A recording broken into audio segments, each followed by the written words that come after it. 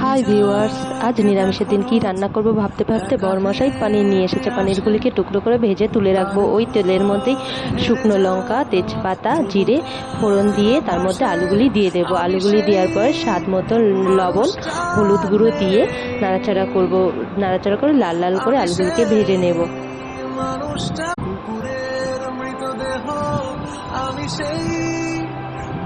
নাড়াচাড়া করে তার মধ্যে একটু জল দিয়ে দেবো যাতে মশলাগুলি ভালোভাবে মিশে যায়।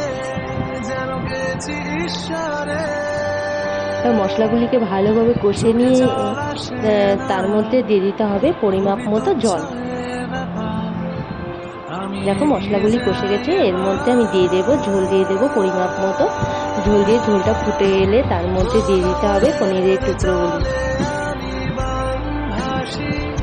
পনিরের টুকরোগুলি দিয়ে তোমার কিছুক্ষণ ফুটতে দিতে হবে।